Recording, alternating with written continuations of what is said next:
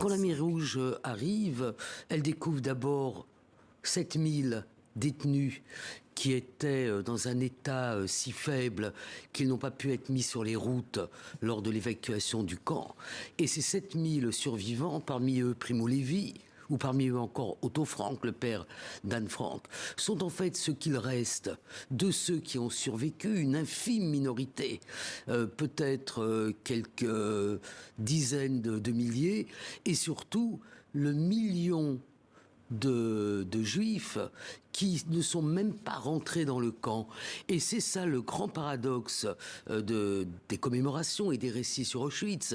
c'est que les commémorations donnent la parole aux survivants, ce qui est bien normal, mais dans le même temps, on oublie que la survie à Auschwitz a été surtout le fait des prisonniers polonais qui ont été internés à partir de 1940 à 1942 dans le camp de concentration polonais. Et dans les images qu'on voit là, les gens qui ont des petits foulards, ce sont des prisonniers politiques polonais.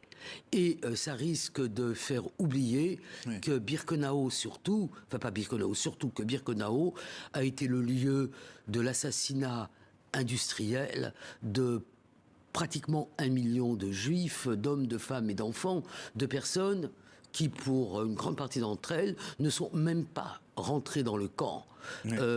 n'ont même pas été enregistrées, n'ont même pas eu de numéro, mais ont été directement conduits à la chambre à gaz et leurs corps incinérés dans les crématoires.